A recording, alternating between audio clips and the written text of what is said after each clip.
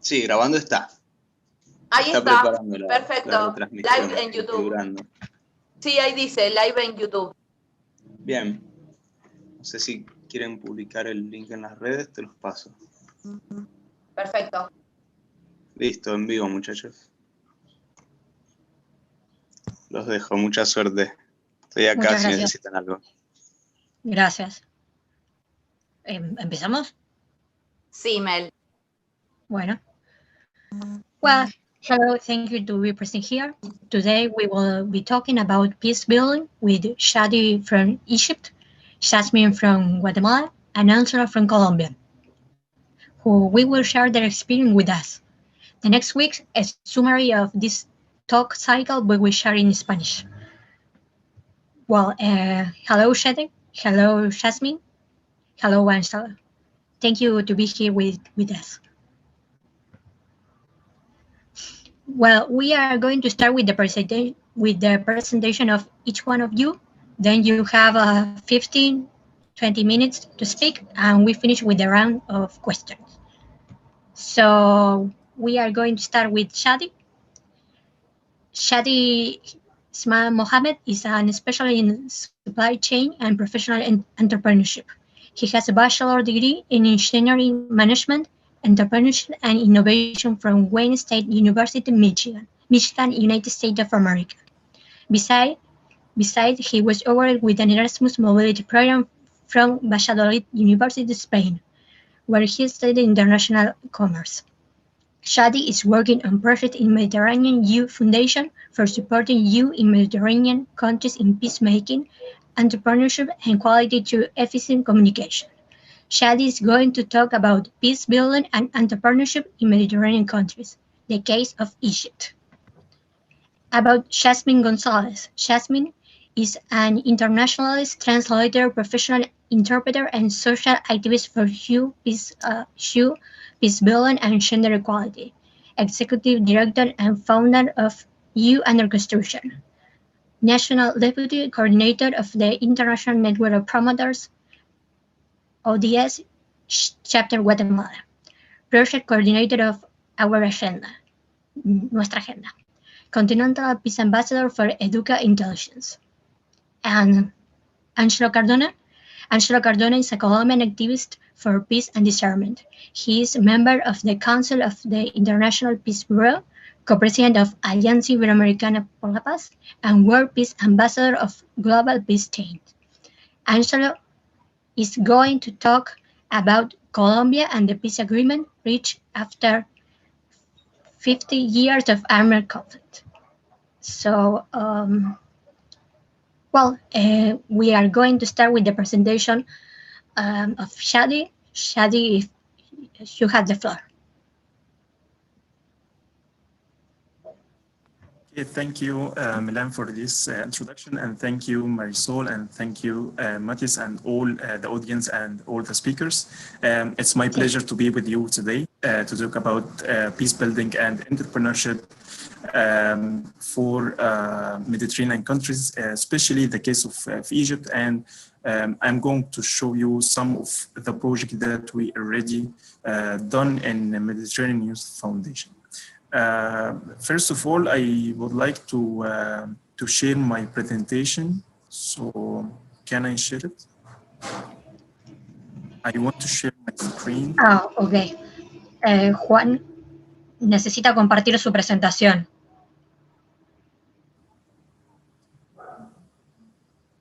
Juan. Marisol. Okay, 1 minute, Shadi. Okay. Juan.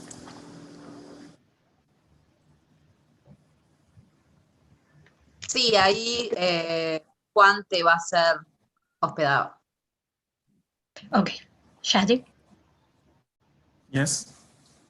Yes, in 1 minute, you will be the host. Okay.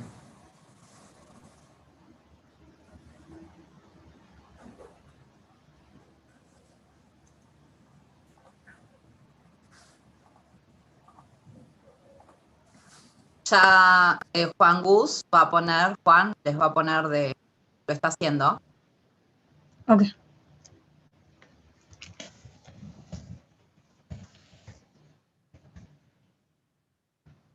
Listo. Avísame cuando. ¿Listo? Sí. Shadi.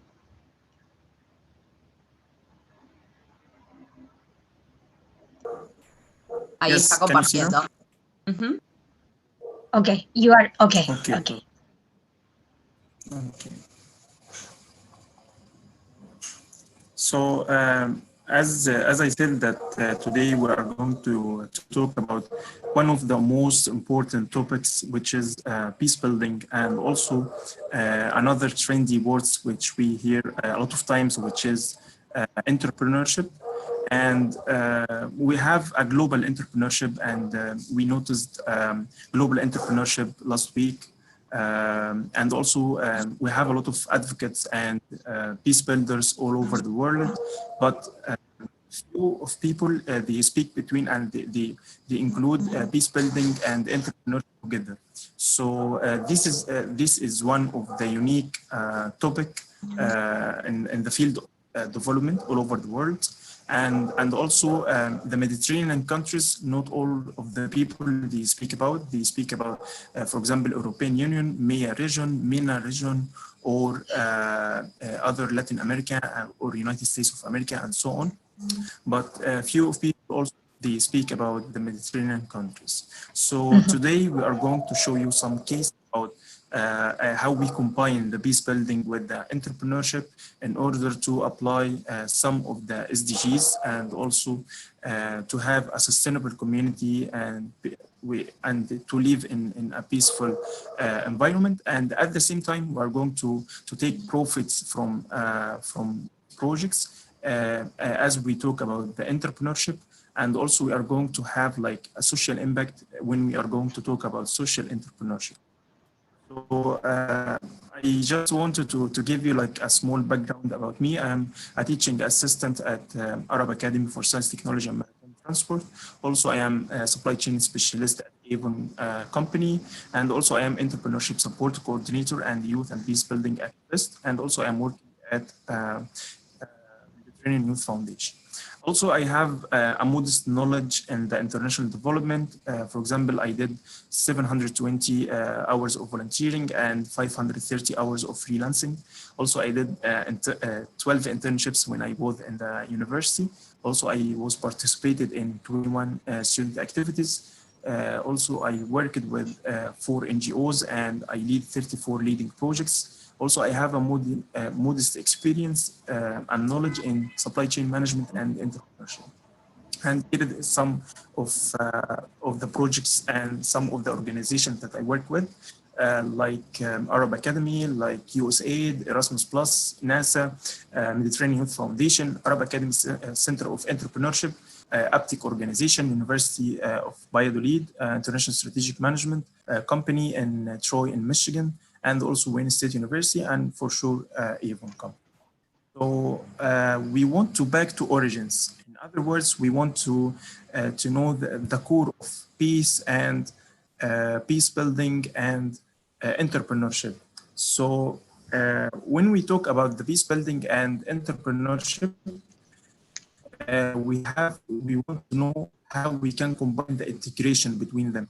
Like most of the people, they speak only about peace building, or other people, they speak only about the entrepreneurship. So we wanted to know how we can combine between peace building and entrepreneurship. And as you see here, that the peace building, the term itself, it goes over 30 years ago, and it evolves according to the national security issues all over the world, and also the definition itself, it evolves according to some mega events happen all over the world, till we reach to the modern definition of peace building, which aims to reduce the conflicts and inequalities and wars and everything between several communities, especially in the communities that have a lot of wars and some stuff like that. And also we have the definition of entrepreneurship. simply it's about an entrepreneur or someone who has an idea and he has a vision and he wanted to implement a company in order to benefit other and also to have a money or a fund or something like that. And also we have here this model shows that we have the peace building, which is the big photo, and also we have the entrepreneurship, and they give each other some things. In other words, peace building can help the entrepreneurship when we talk about the globalization or economic scale or technology transfer or funding and so on. And also entrepreneurship itself, like the startups in different countries, is going to spread the peace through stronger economies, international trade, job opportunities, and social integration, cultural diversity, and conflict management for sure. Also, we have here the mechanism of business for peace. We have here the peace itself, the business itself, and we have, we wanted to achieve peace through business, so we have to move to these pillars, which is economic development, track to diplomacy, rule of law, social development, local commitment, and capacity building. So each one of these pillars is going to help us in business and also is going to link business with the peace itself. So as the matter of fact, when we reach, when we have a strong and successful business or a startup, it's going to have like peace and support sustainable communities as well. As I told you that I work as entrepreneurship and peace building projects coordinator at MYF. So I'm going to give you like a small introduction about what is MYF.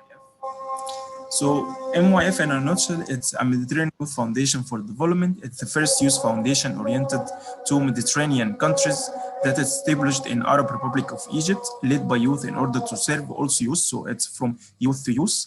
And also this is done through making them participate in social life, especially the youth with fewer opportunities, with the aim of strengthening their participation in building youth-friendly communities in different fields as gender equity. And we speak about gender equity, not equality, because we believe that gender equality is more diverse and more general than equality. And also we have here environmental care, peace building, education, entrepreneurship support, and women empowerment. So we have here also, we are aligned with the Sustainable Development Goals. In other words, we have the peace building and entrepreneurship in international context. So as we see here that we integrate most of the goals together in order to achieve peace building, but also entrepreneurship as well. And the aim to take more goals and to have more efficient communities. So we have here some MYF projects that we specialized in peace building and entrepreneurship. We did something called MYF for Here. This is a program which aims for supporting girls in the rural areas in the field of peace building and entrepreneurship together. In other words, we give them the opportunity to know more about the peace building and to know other cultures, and also to have the idea of social entrepreneurship, so they can help the communities to develop, and also they can have a sustainable income for them. We have also Mediterranean Youth Cafe. This is like a cafe, but it's a virtual cafe. We aimed to have like an integration and peace building through Egypt. So we want all the people to speak up and to know more about other cultures inside Egypt. So this is the project aim. Also we have Mediterranean Youth Instructor Lead projects. This project is aiming for sending some of the volunteers and instructors to other countries to learn from experience from, for example, from Latin America, Europe, USA, and so on, in order to take the flavor of peace building and also to take the flavor of entrepreneurship. And they will be voluntarily teaching other students here in Egypt about these projects, and also they are going to help them to innovate startups, especially in social entrepreneurship. Also, we have here Mediterranean Youth Academy. This is like a small platform to connect entrepreneurs inside Egypt and let them to connect to each other because we believe in the power of partnerships. Also, we have MYF incubation program. We have some startups at the early stage. They can't move forward because they have they don't have like some experience. They don't have like they don't know the sources of funds. They don't know like the how they can do like a network or the events in Egypt and entrepreneurship and so on. So in MYF incubation program, we give them free mentorship, free enhancement of their projects, and also we give them the support of the government itself. We have also other projects like Mediterranean on Track project and No One Leave Behind.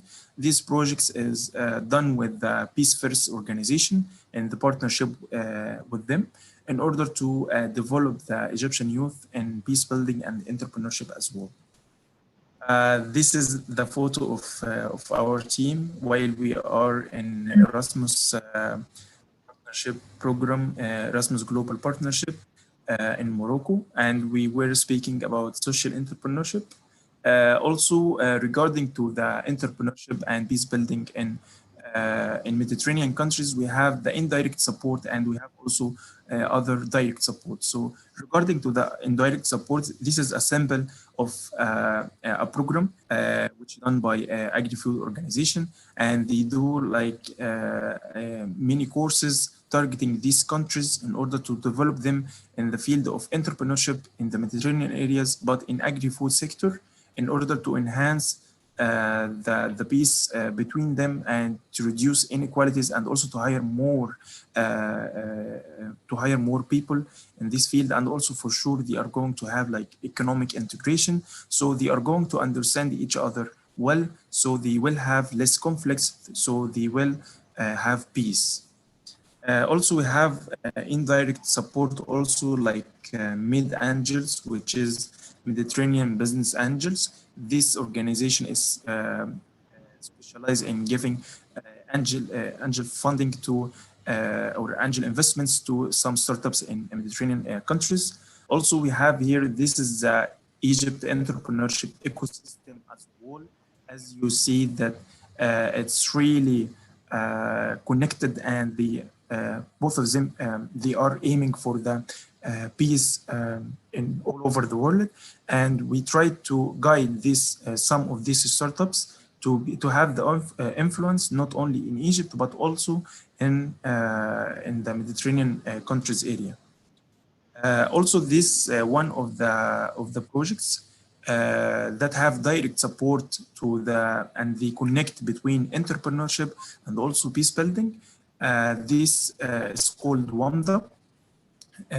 This project happens 3 years ago, and they are aiming for connecting Egyptian cultures, different Egyptian cultures inside Egypt, in order to let them to work together, in order to let them to enhance their skills together, in order to also to have startups and some entrepreneurial projects aiming for peace and advocate for peace, and also to try to have like a history preservation, and also at the same time they are going to globalize. So this is the aim of the project as well. So this is one of the successful projects integrate between peace building and entrepreneurship as well. Thank you, and it's my pleasure to be with you today. And here is my email if you have any other question or any kind of partnerships. We thank you. Thank you, Shadi. The pleasure is mine. Jasmine. Yes, I'm here. Yes, well, you can start. Thank you. Well, first of all, I would like to thank the Red Mundial de Jóvenes Políticos Argentina, because they're doing this great seminars in which we're being able to speak about peace, okay? And especially her director, Marisol Chavez. Thank you very much for thinking about me for this opportunity. So talking about peace building, first of all, let me introduce myself again. My name is Virginia Jasmine Gonzalez, and I am from Guatemala City.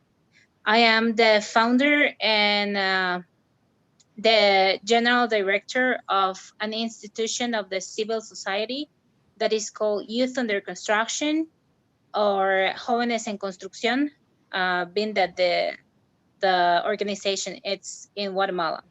So basically, talking about peace building, I told you that today I was going to talk about peace building in social media, especially giving tools to the young people so that they're able to build peace through these social media spaces, right? So basically, what is Youth Under Construction? Well, Youth Under Construction, it's socials,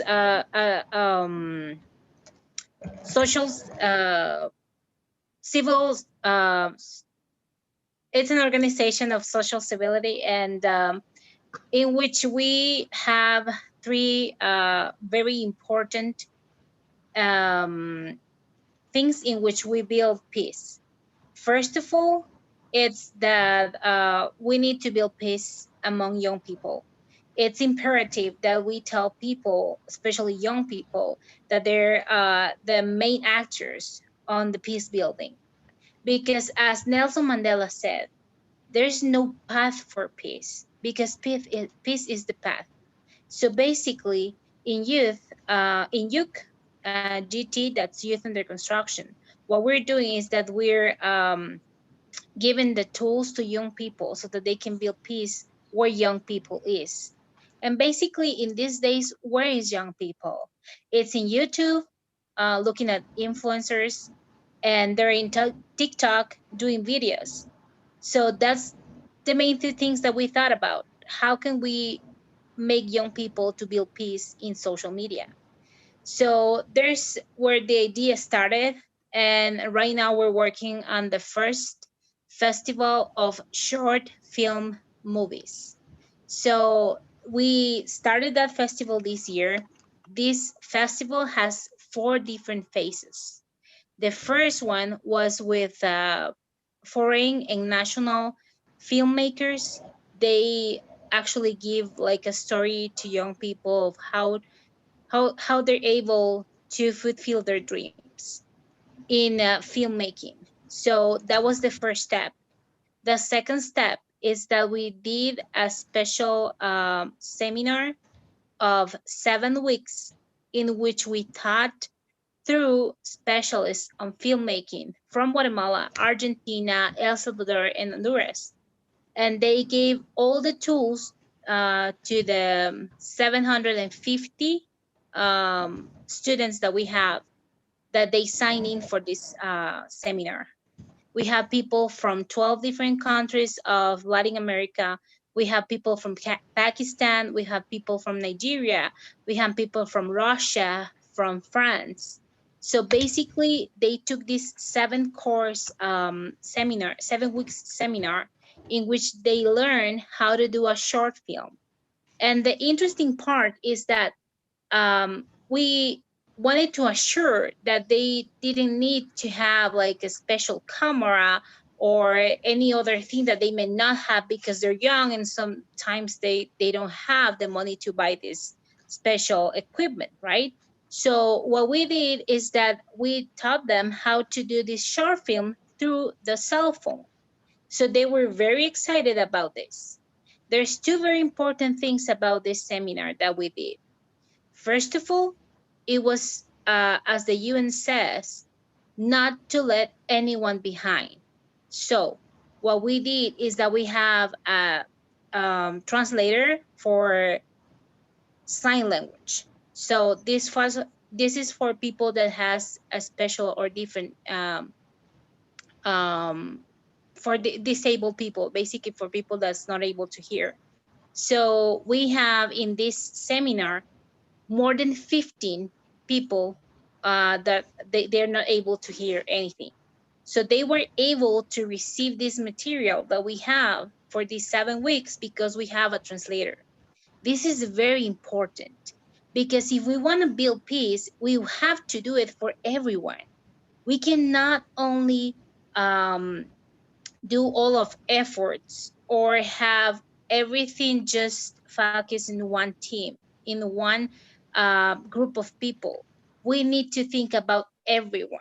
This is why in Youth Under Construction, we also build peace because we also believe in gender equality.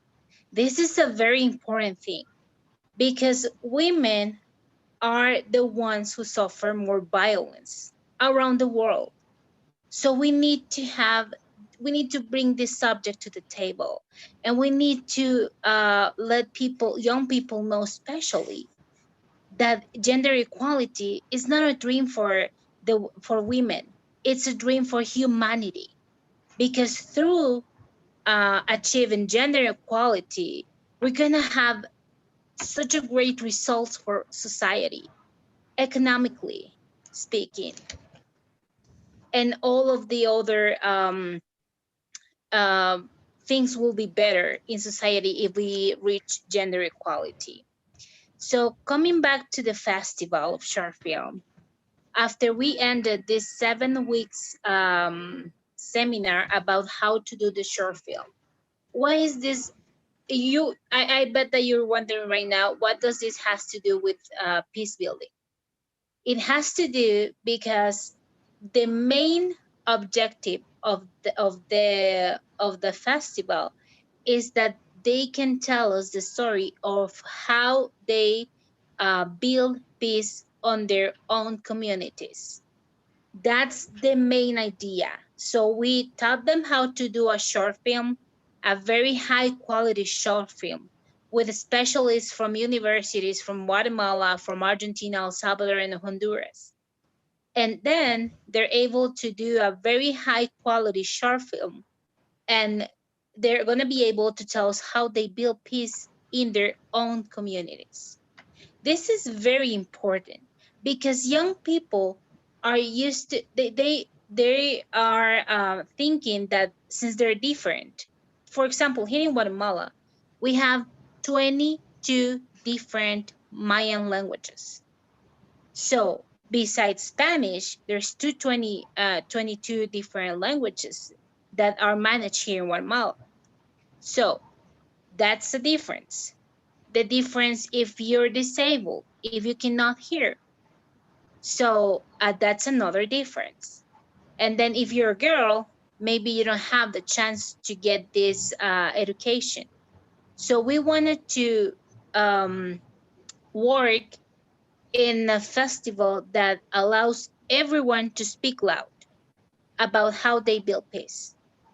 And this is very important because we're not leaving anyone behind. And the importance of this festival is also to teach and to let young people know that maybe they're different, they come from different cultures, from different economic classes in society. They may live in different places. Someone from Russia, someone from Guatemala.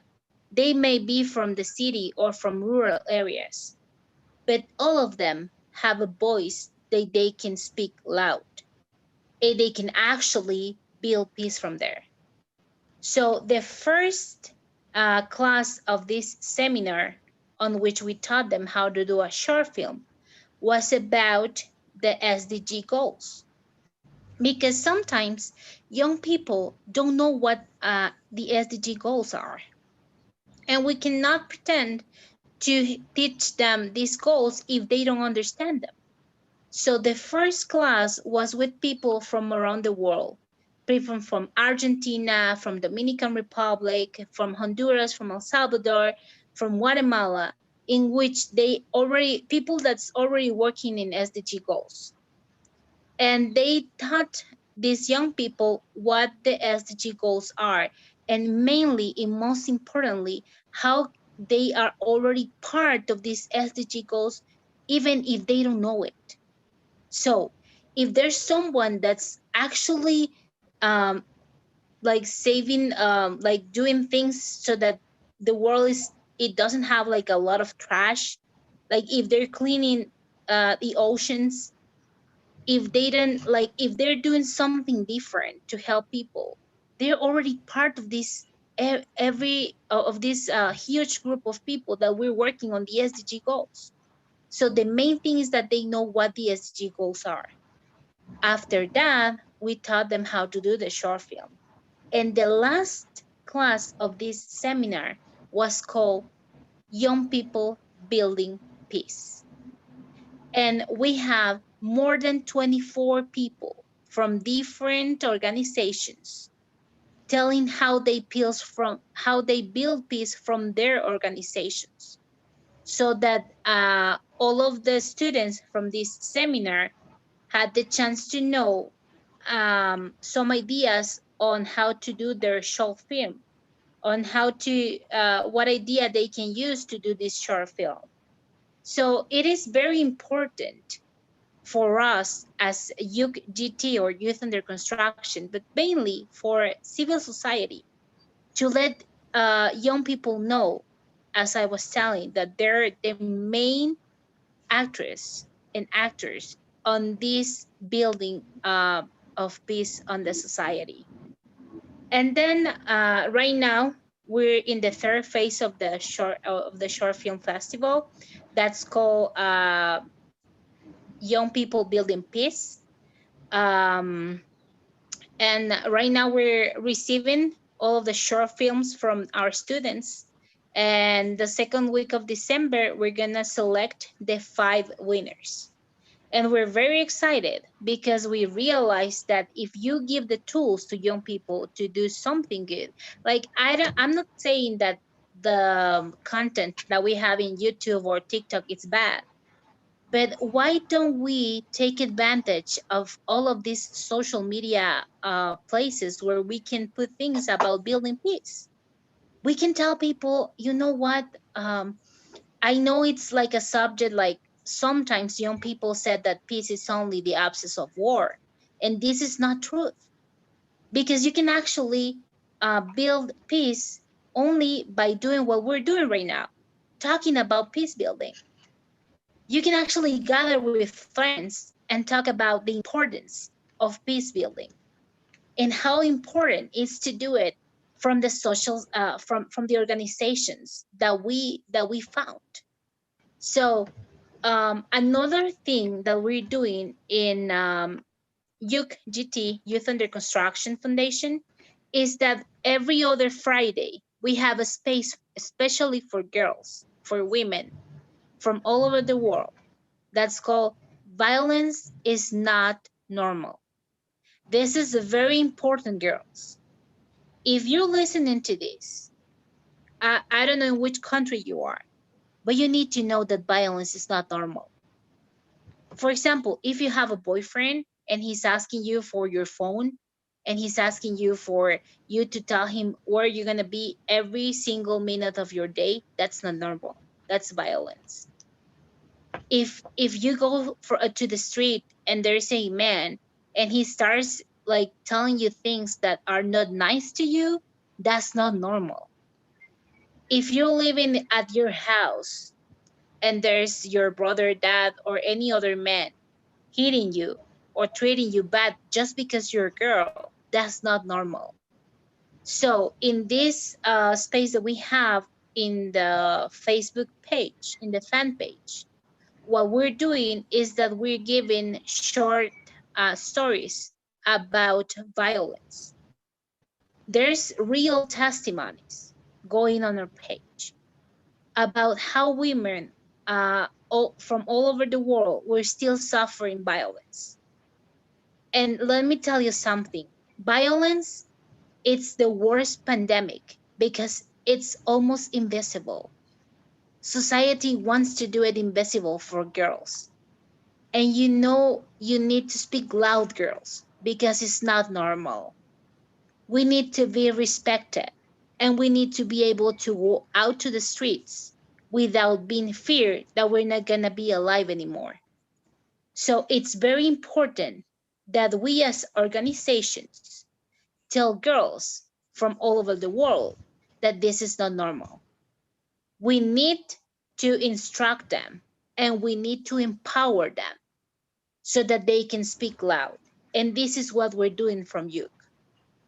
And it is very important that you take the time to tell girls also how can they the phone numbers where they can call and they can do this they can tell what's happening, right?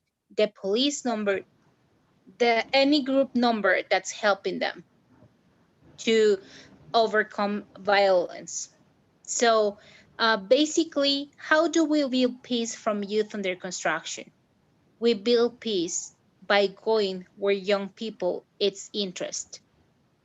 And we also build peace by doing this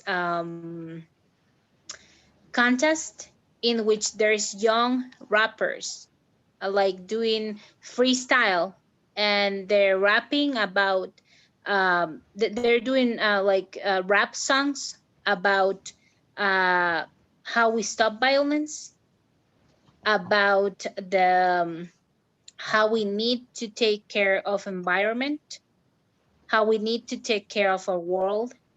So freestyle, it's commonly known as like battles between 2 or 3 guys that sing rap, and they're used to used to use a lot of bad language, or maybe they like fight a lot in these songs, but we're using it differently.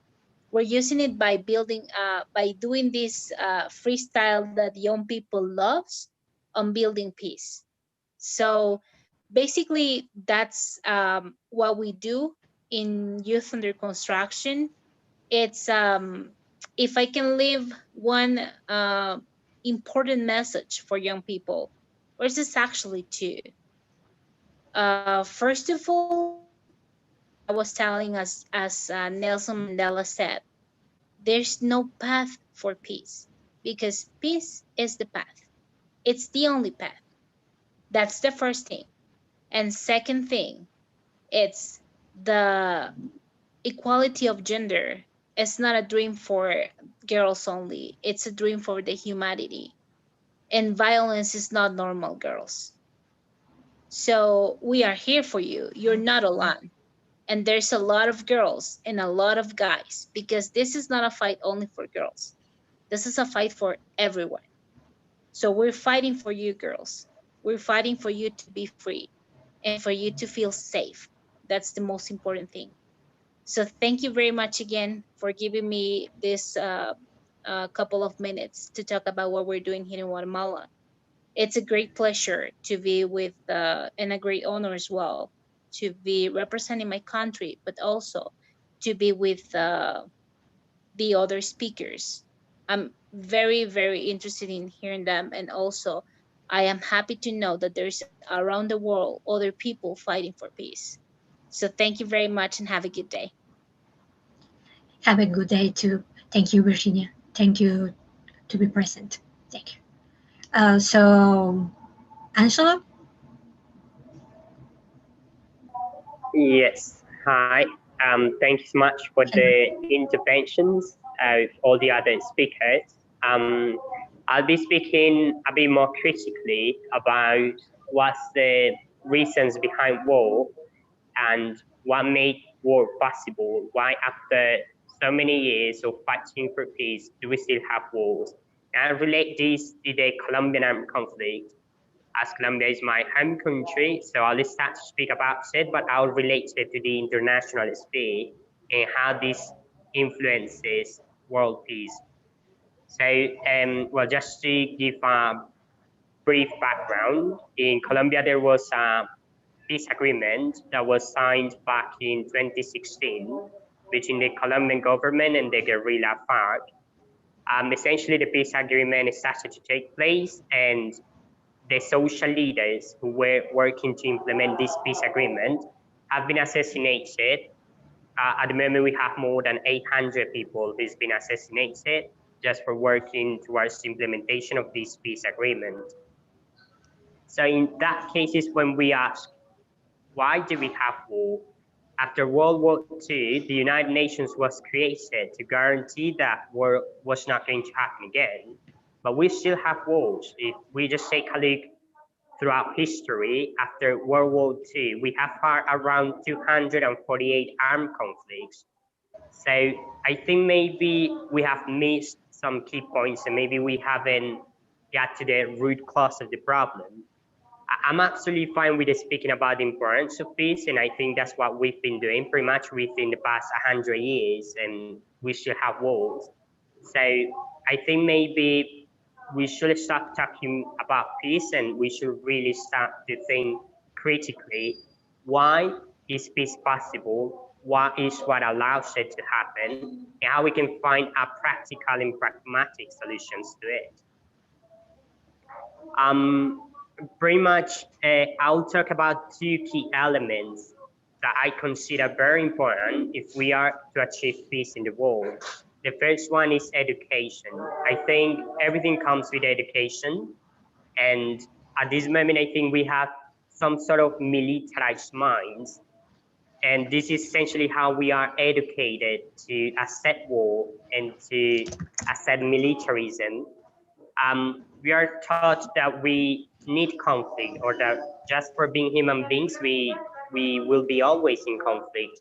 And maybe that might be true to some extent. However, I think that we don't need to use weapons to solve issues.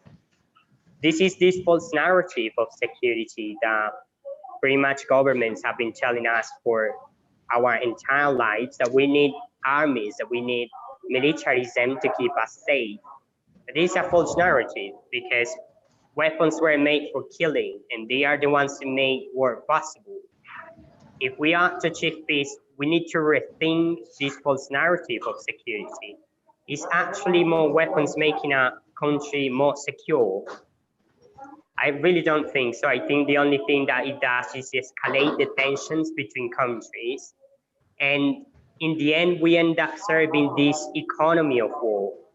At the moment, the world is ruled by this economy, in which the world spends more than $1.9 trillion annually, according to the International Institute of Stockholm, CIPRI. This institute pretty much does research on military spending, and pretty much this is some of the highest military expenditure that we have had in history. With all this money that's been invested in militarism, we easily could achieve the sustainability development goals by 2030.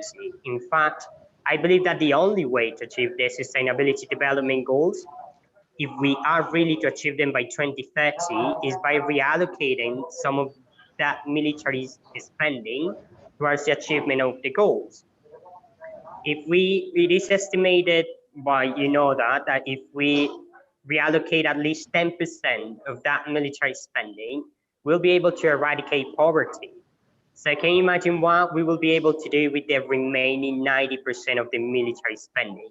I think easily we could achieve that goal. And I think it will be the only realistic way to achieve that agenda by 2030. If we really don't do that, I don't think we will be able to achieve that agenda by 2030, despite all the efforts that have been made by governments, by companies, by people around the world. I don't think that agenda seems realistic, to be completely honest, unless we really set priorities and the governments set the priorities of investing in people. We talk about human rights, and those human rights get violated just for the simple fact that our governments are destinating most of the resources of our countries towards the military budget. If they will invest in people, that money could be invested in the healthcare sector, in education, in some other sectors that are historically underfunded, just because they decide to invest in militarism. Now, why do we have wars? Well, this is easy. If we manufacture weapons, if we create weapons, we have to use them. That's a basic principle of economy. If a product is not used, then it will go bankrupt.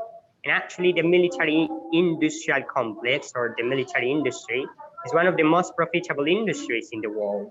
So obviously if a country elaborates and manufactures weapons, they have to sell the weapons to other countries, and they have to make sure that those countries actually use those weapons. Because why do you create weapons if you are not going to use them? That's why the need of creating conflict will always be there once we live in a world of weapons, because someone must make sure that the conflict is arranged. And that's why it is way easier to arrange conflict in the developing world, where politicians and people in power tend to be more corruptive, or they are easily corrupted, they are more tend to accept bribes. So it is way easier to organize a conflict in the developing world. And that's why when we see a history of all the armed conflicts that have been triggered in the world, out of those 248 conflicts that have been triggered after the World War II, the United States have been participating in 202 of those conflicts. And that's why they are the running economy, because their economy of war is pretty much ruling the world. So I think what we have to think is, how do we switch this economy of war into an economy of peace? If we find a way to do that, maybe with economists, obviously, because if we just shut down the military industry, there will be thousands of people who will go bankrupt, who works in making bombs, tanks, torpedoes, landmines, Apache, missiles, well, all the military paraphernalia. We need to find creative solutions to all these people who's working in that industry, in the industry of death, and start working different industries. So I think pretty much the governments do not tackle this issue, and I think it's that sort of false narrative of security that we have. And that's why I think in Colombia, we still have war. The main reason is because, unfortunately, I have to say this, but peace is not good news. Peace is a bad business. That's why if we see the de-escalation of a conflict in one region of the world, that only means that the conflict will start elsewhere, because the military industry must go on. So if we don't really tackle the cause of the problem, we are never going to see peace, despite talking about the importance of that, or despite all actions we make. If we don't really tackle that root cause of the issue, we'll continue seeing war. That's pretty much what's happening in Colombia. And this is something I've been always saying, because Colombia pretty much signed this agreement, and we are so hopeful about the implementation of it.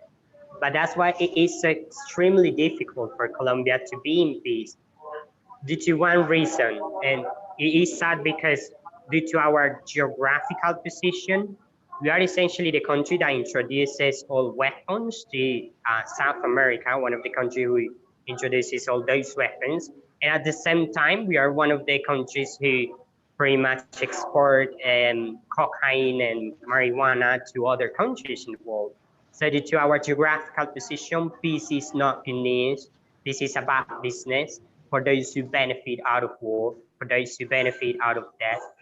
So essentially, pretty much that's the point which I want to tackle today. I'll be willing to answer questions and maybe start a debate on it.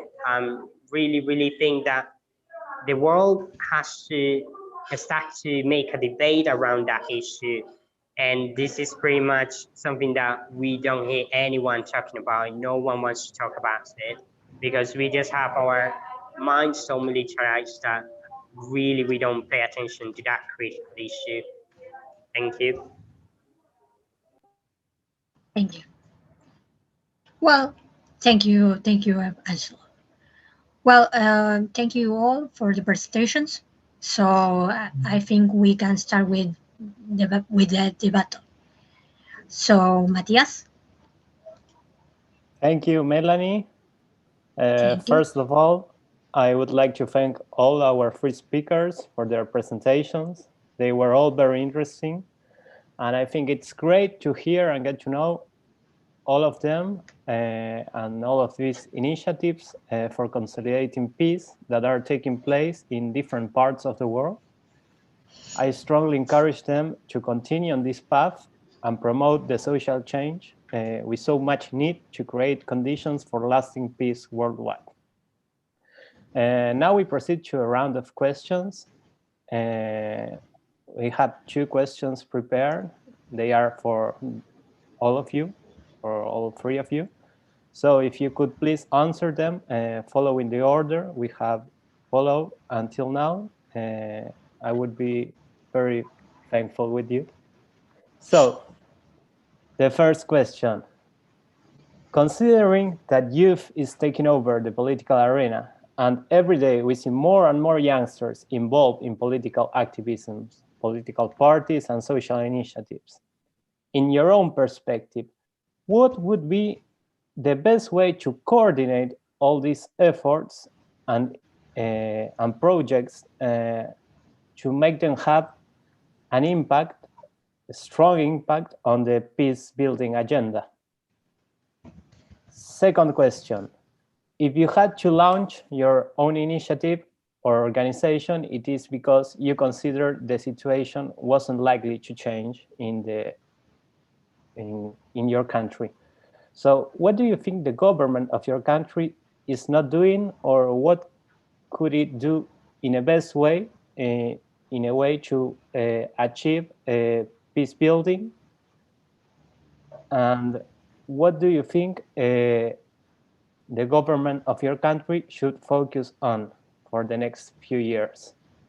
So Shady, the floor is yours to begin with. Okay, thank you so much. Regarding to the sharing of the youth inside the political parties or inside the government of Egypt as a whole, as we have the new president of Egypt, Abdel Fattah al-Sisi,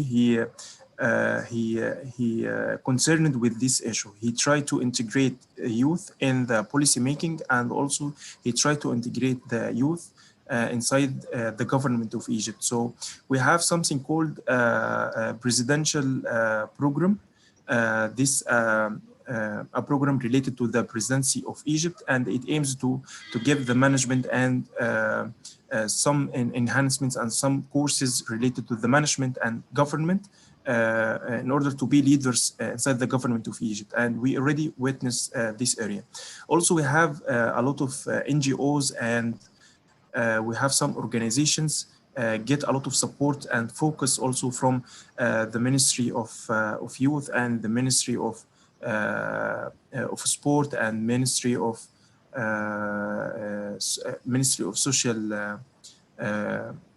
Social Inclusion. So most of them, they already support the youth, and also they support the organization. Also, we have we wanted to have like the integration between the youth and the policymakers. So we have something called, and a forum called World Youth Forum, and it happens every December in Egypt to integrate the youth of the Egyptian youth inside Egypt with other youth from different countries, and also from the policy making in Egypt as well. So we have already this support. But in my opinion, we want to focus more about the entrepreneurship in Egypt. Even though we have some initiatives from the Ministry of Investments and International Cooperation, we have this support, but we want more support and more legal transformation in the field of entrepreneurship in Egypt. Thank you, Shady, for your answer. It was very interesting to get to know your point of view on Egypt. And Virginia, please, you have the floor.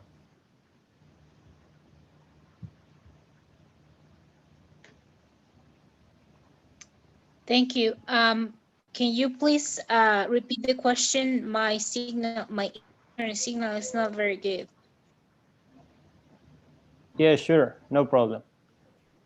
First question: considering that youth is taking over the political arena and every day we see more and more youngsters involved in political activism, political parties, and social initiatives. In your own perspective, what would be the best way to coordinate all those individual efforts and projects, and in a way to make them have a stronger impact on the peace building agenda? And the second question, Thank you. I think that I did not get well the question, but I will answer to what I get from the question. So basically, I think that for us to achieve peace building, we need to work together.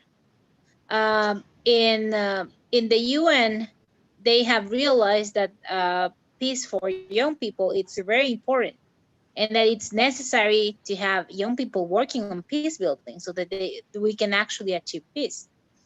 So there's this program that's called Youth for Peace. They're actually people from all over the world working together for peace building. But the shocking thing of this is that there's no chapter of this Youth for Peace in Spanish. So along with other organizations from civil organizations, we actually open this space that's called Juventudes por la Paz, or Youth for Peace. That will be the chapter in English. And we're working on peace building, and especially of this, we opened the space on on July of this year, and we did it by a contest of Forja, that's the freestyle. So it's actually young people doing rap songs talking about peace. And we also did a decalogue, that's like 10 things that we put in the internet in all of our organizations about how to avoid violence in social media. So it's actually like, don't make fun of people about their body structure, treat people respectfully, don't be chauvinist, don't be abusive with girls or with other people. So that's actually an effort that we're doing with other civil organizations in the chapter Spanish. But it is very important that we also work with government on doing these public laws that help us build peace. It is mainly important that civil rights are respected, because this is like the absence of peace. It's because there's people that do not respect the right of others. So we need to have our governments working on respecting human rights, for equality, for gender equality, for people from other cultures. We need to stop racism. We need to stop believing that if someone is different than me, that means that we need to fight. If someone is different than me, that means that we can be stronger together by learning of our differences. But this is something that we need to work as social civil organizations and also government.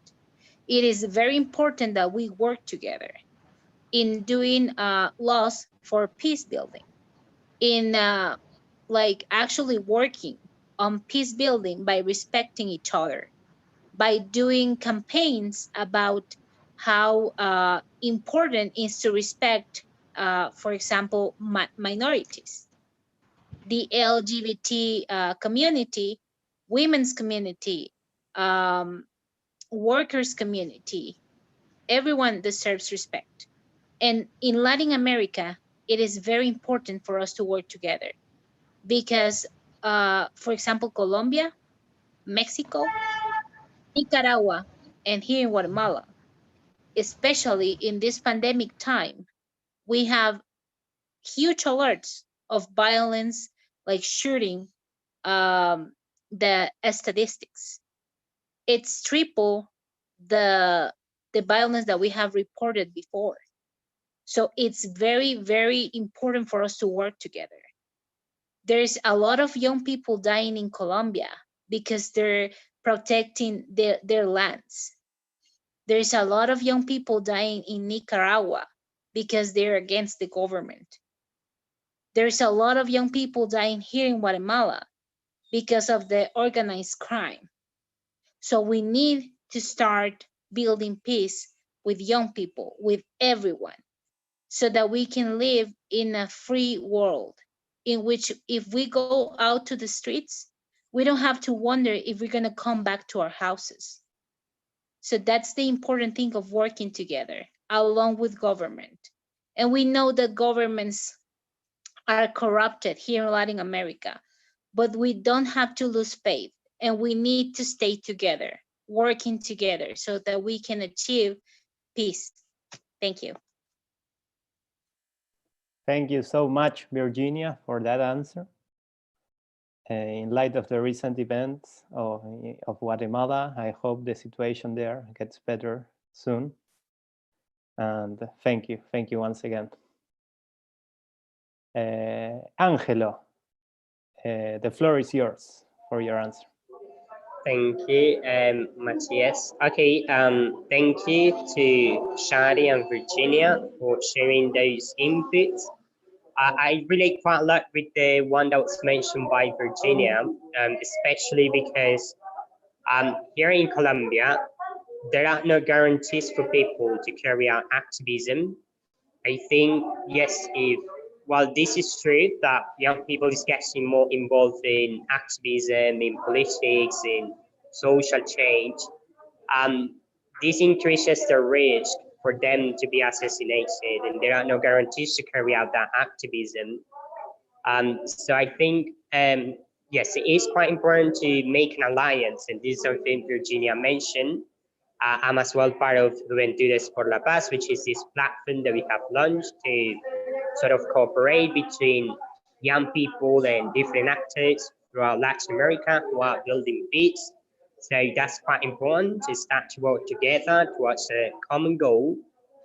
But I think this part of doing political advocacy or working hand with the government or international organizations that will be able to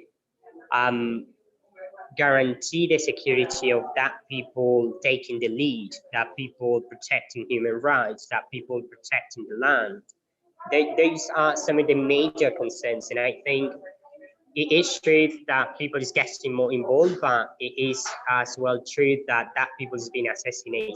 So we really need to find ways to protect that people and to make mechanisms to secure their lives. So that's pretty much my point. I just want to go straight forward. Maybe if you have any other question, I'll be ready for it. Thank you, Angelo, for your answer. It was very interesting. I know that the Colombian situation is delicate. It's been like that for half a century. So I hope too that Colombia finds a solution soon for their problem. Thank all of you for your answers. Now we have a short message from Marisol Chavez, who is the local director of the Global Network of Young Politicians Argentina. So I leave you with her. Marisol, tenés la palabra.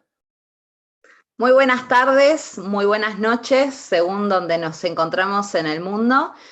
Bueno, voy a hablar en español y después Matías va a traducir.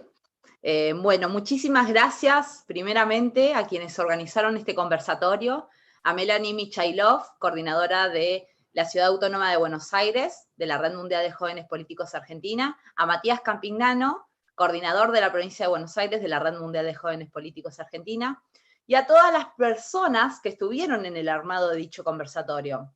A Diego Bueno, el vicedirector y secretario de Comunicación, y sobre todo a la persona que nos está ayudando en la transmisión, a Juan Gustavo López, que está trabajando en todo lo que es la transmisión en vivo por YouTube. Muchísimas gracias. Por otra parte, quiero agradecerles muy especialmente a los ponentes del día de la fecha, a Virginia Yasmín González de Guatemala, a Ángelo Cardona de Colombia, a Yadi Ismael Mohamed de Egipto, y bueno, a Nabila Abbas de Pakistán, que no pudo estar presente por temas personales, pero bueno, ya va a enviar su videíto. Muchísimas gracias por este fructífero conversatorio. Realmente es muy importante que nosotros comencemos a generar este tipo de espacios, justamente porque este 2020 se cumplieron 75 años de la creación de Naciones Unidas, y es una organización que aún continúa por la lucha de la paz mundial. Naciones Unidas fue creada justamente a fin de mantener la seguridad internacional, establecer vínculos muy importantes, pregonando siempre la igualdad y estimular el respeto por los derechos humanos. Actualmente, bueno, Naciones Unidas está creada por 193 estados y 2 estados observadores. Sigue siendo el máximo organismo encargado de bregar por la paz, y bueno, fue creada justamente posteriormente a la Segunda Guerra Mundial en el 1945. Quiero decirles que la Red Mundial de Jóvenes Políticos ya está en 28 países, y justamente promovemos la lucha por la violación de los derechos humanos, defendemos la democracia y promovemos sobre todo la participación ciudadana. Somos conscientes de la problemática mundial, entonces adherimos a esta Agenda 2030 y sus 17 Objetivos de Desarrollo Sostenible, justamente el ODS 16, que habla de la paz mundial. Quiero agradecerles por hablar acerca de tantas temáticas que tienen que ver con respecto a la construcción de una paz, y este es el camino, en este preciso instante. Estamos cada uno en un lugar del mundo distinto. Ángelo está en Colombia, Virginia está en Guatemala, Yadi está en Egipto, Nabila está en Pakistán, Melanie está en Capital Federal, Argentina, y Matías está en provincia de Buenos Aires. Y creo que desde ahí vamos hacia una construcción de paz, tratando de encontrar consensos reales para poder así vivir en un mundo mejor, ¿no? Ángelo hablaba un poco acerca del tema del conflicto armado y de tantas cuestiones que estamos teniendo en el mundo con respecto a esta violación de los derechos humanos. Espero que les haya gustado a todas las personas que nos estuvieron viendo. Seguramente vamos a seguir publicando este video a lo largo de la semana, y Melanie, creo que les comentó al principio, en una semana aproximadamente, se va a llevar a cabo un resumen en castellano para las personas que lo quisieron seguir, y bueno, para poder tener la traducción.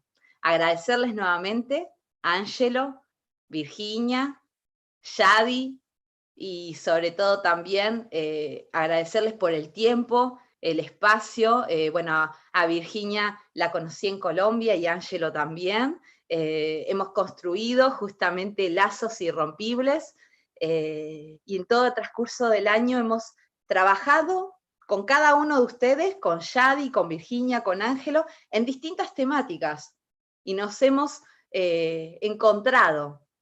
Estoy muy contenta realmente de poder contar con ustedes y de que sea algo mutuo, y de que podamos así construir un mundo mejor, que no es una utopía, que es real. Así que te doy la palabra, Mati, así podés hacer una traducción, y si quieren dar unas palabras finales Virginia, Yadi y Ángelo, están en todo su derecho. Gracias. Muchas gracias, Marisol. Thank you, Marisol, for your speech. Now I'll do a little translation. Good evening to all of you. This seminar was the result of coordinated efforts of many people. That includes Melanie Michailov, coordinator of the Global Network of Young Politicians, Buenos Aires. Me, Matias Carpignano, coordinator of the province of Buenos Aires of the Global Network of Young Politicians. That includes also Diego Bueno, Vice Director and Secretary of Communications. And of course, Juan Gustavo Lopez, who is in charge of the transmission and the discussion. Thanks to all of you. On the other hand, we would like to thank our speakers today, Virginia Yasmin Gonzalez from Guatemala, Angelo Cardona from Colombia, Shadi Ismail Mohamed from Egypt, and Nabila Abbas, who unfortunately couldn't be here today with us, but we hope we can make a seminar with her also in the future. This 2020 marked the 17th anniversary of the creation of the United Nations. The UN continues its fights for world peace. It was created in order to maintain international security, establish friendly ties between nations, and equalize the opportunities of all human beings around the world. It's been the highest body in charge of achieving peace since the end of the Second World War, and it still does so. That's why we should still work together on this goal. About the Global Network of Young Politicians, it's an organization who is already present in 28 countries. We promote the fight against human rights violations, and we defend democracy and promote citizen participation. Considering this global problem, we firmly support the 2030 Agenda and the Sustainable Development Goals. Finally, we would like to thank one more time everyone who has been involved in this seminar, participants, spectators, and coordinators. So let us move forward together to achieve peace worldwide. If you'd like to say a few words, now it's your moment. Thank you. Gracias, Mati. Virginia? I will take the time to say it first in Spanish and then I'll say it in English. Quiero agradecer a mi amiga Marisol Chávez. Como bien dijo, nos conocimos en Colombia este año, en enero. Fue el último viaje internacional que pude hacer. Y pues fue maravilloso poder trabajar, poder conocerla en el Congreso de la Red Mundial de Jóvenes Políticos Colombia. Realmente es un verdadero placer y un honor estar con todos ustedes. Argentina es un país que llevo en el corazón. Aprendí mucho de Shadi, saber que trabajo con Angelo en Juventudes por la Paz y que ahora nos venimos a encontrar en este conversatorio es maravilloso. Y le quiero dejar un mensaje a los jóvenes que nos escuchan. Quiero decirles que, jóvenes, la paz es posible. Sabemos que para alcanzarla definitivamente tenemos que trabajar muchísimo por ella, que no es fácil, que es un trabajo diario, pero es posible. Y es posible para cada uno de nosotros, porque nosotros ahorita somos el presente, pero en un futuro no muy lejano, la nueva generación nos va a preguntar qué les estamos dejando. Y nosotros les queremos dejar un mundo más pacífico, más equitativo, igualitario y sobre todo un mundo en el que todos nos respetemos. So that being said, I will say it in English. I was saying that I was thanking Marisol Chavez for this space. She's my friend. We met each other in Colombia at the beginning of this year. It was actually the last trip that I was able to do internationally because of this pandemic. But we were together at the Young Politics Congress in Colombia, and it's also a pleasure to get to know that I work with Angelo in Juventudes por la Paz. That's the Spanish chapter of Youth for Peace, and that we got the chance to be together in this seminar. And I was mainly saying to young people that peace can be a reality. I know it's tough. I know it's something that we have to work for every single day. Activism, it's really tough. And as Angelo said, there's no guarantees of our safety, but we work for that because it's our passion. And because today we are the present, but in no time, we're gonna be the future. And the next generation is gonna ask us, what have you left to us? And I would love to have that answer as we live a world more peacefully, a world where respect, equality, and mainly living in peace is what you're going to have. So for you, young girl, young boy, if you're watching to this, peace, it can be a reality. And we all know it's tough. But if we all work together, it can be a reality. It can be a close reality. So thank you very much again for having me. And I know that I have said this like 2 times, but you need to understand that there's no path for peace, because peace is the only path that we can follow. Thank you very much, and greetings from my beautiful country, Guatemala. Have an excellent day.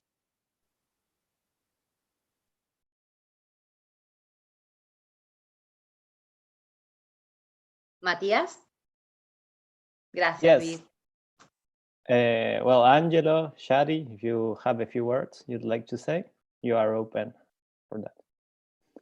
Sí, antes de que comiencen, Virginia, tal vez justamente, no sé cómo estás de tiempo, pero para hacer una captura de pantalla de todos juntos. ¿Alguien la puede hacer, una foto? ¿De todos? If you could please turn on your cameras so that we do a screenshot of all of us. Juan Gus la hace, dice.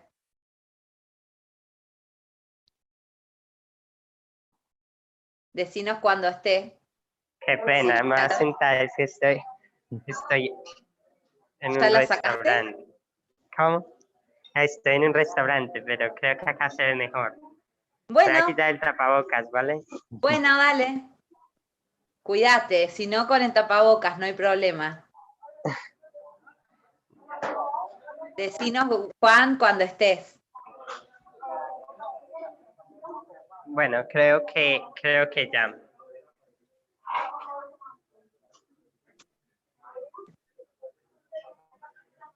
Listo, dice.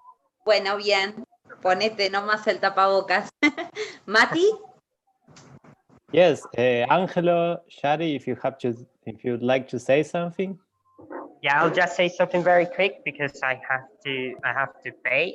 No, I just want to say thank you to Marisol Chavez for the invitation. It's been an honor to work with her. Like, we've been quite close since January when I met her in Colombia, and pretty much with as well some of the other members of the global network of young politicians in Guatemala and other countries of Latin America particularly. So thank you to the colleagues as well, to Shadi. I think he's doing an amazing work, and this is, to be completely honest, the very first time I heard about peace and business. I think peace and entrepreneurship is quite interesting, that concept. So thanks for sharing that. And to Virginia as well, I think as member of this platform of Juventudes por la Paz, we have been working on some things together, and it's an honor to share with her this space as well. So thank you very much to you all. Thank you to Melanie for being in contact, for being there, like to assist with all the organization details, and to Matthias. I think, well, as I didn't talk about the organization I run, I founded the Ibero-American Alliance for Peace. So I think we are in contact as well with Marisol Chavez, with our chapter in Argentina. So hopefully we can get to do things together in Argentina in the future. So thank you and take care. I'll leave you now, guys. Sorry, I have to leave. Bye-bye. You're free to go, Angelo. Thank you very much. Shadi, if you had to say something. Okay. Thank you, Matthias. Thank you, Marisol and Angelo and Melanie and Virginia. Thank you for hosting us today. It would be it's our pleasure, and also as Virginia said, yes, peace destination is really hard and it's really tough road, but we are working with our passion and we are working towards one goal. So. Here is the invite for a collaboration, and we can share more experience to each other, and also we can do something great for our world. And thank you. Thank you, Shadi. Marisol, creo que ya estamos. Sí, muchísimas gracias a cada uno de ustedes que estuvieron.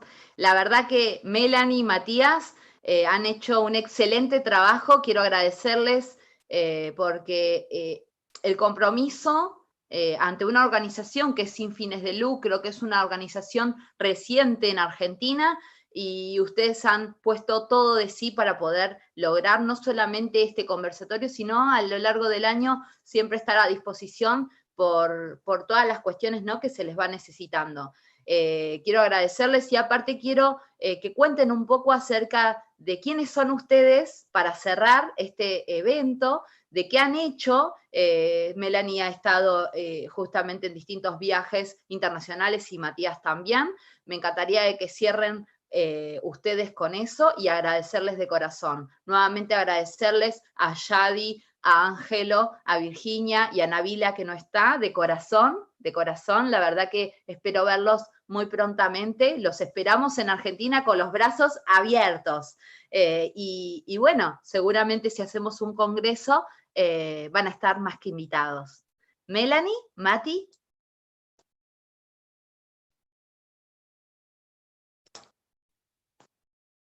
Si querés no traduzcas, solamente decirles que estamos, que los invitamos cuando quieran. Igual más que nada Shadi, porque Virginia y Ángelo me... So basically, if we do a congress in Argentina, you'll be our first guest. Gracias, Mati. Perdón por mi limitación, es una deuda pendiente que tengo a hablar en inglés. Mil disculpas. Pronto me van a ver hablando. Matías, ¿querés contarnos un poco acerca de tu, digamos, de tu historia más o menos? ¿Cuántos años tenés? ¿De dónde sos? ¿Qué has hecho? Y después Melanie, y cerramos el conversatorio. Bueno, está bien. Soy Matías Carpiñano, tengo 24 años, soy de La Plata, provincia de Buenos Aires, Argentina. Estudié ciencia política, me he especializado en lo que es relaciones internacionales y bueno, he hecho prácticas, pasantías en la Organización Mundial del Comercio y en la OEA.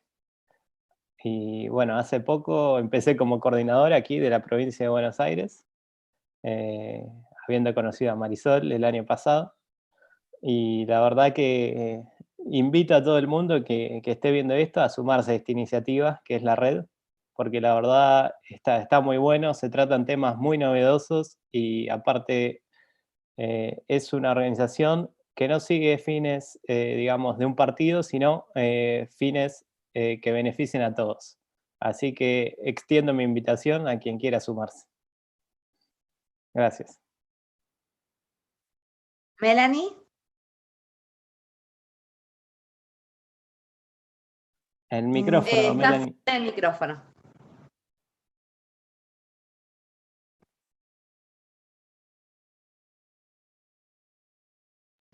Ahí. Se había silenciado, perdón. ¿Ahora? Sí. Bueno, soy Melanie Michailov, tengo 27 años, soy licenciada en Relaciones Internacionales, estoy finalizando una maestría en Relaciones Comerciales Internacionales. Bueno, a nivel profesional soy freelancer, hago planes de negocios y ese tipo de cosas, y soy asistente de la universidad. El año pasado estuve en el Foro Mundial de la Juventud en Egipto, y me encantó la experiencia, y desde ese momento decidí sumarme en una organización que trabajara por los objetivos de desarrollo sostenible, como lo es la Red Mundial de Jóvenes Políticos. Así que estoy en la red desde este año, y espero que se pueda ir sumando más gente para trabajar en conjunto. Muchas gracias. Y muchas gracias, Marisol, por la invitación. No, muchísimas gracias de corazón a cada uno de ustedes. Y bueno, extenderles la invitación. Mañana va a estar el Conversatorio de Ciencia y Tecnología y Desarrollo, Innovación, Ciencia, Innovación y Desarrollo, que lo va a estar llevando a cabo Axel Córdoba, nuestro secretario de Ciencia y Tecnología. Y posteriormente, la semana próxima, será otro conversatorio que seguramente tendremos el embajador de Argentina en España. Así que seguramente vamos a tener muchísimas más novedades. Muchas gracias nuevamente, Melanie, Matías, Yadi, Ángelo, Virginia. Les abrazo fuerte, fuerte. Y bueno, nos estaremos viendo muy pronto.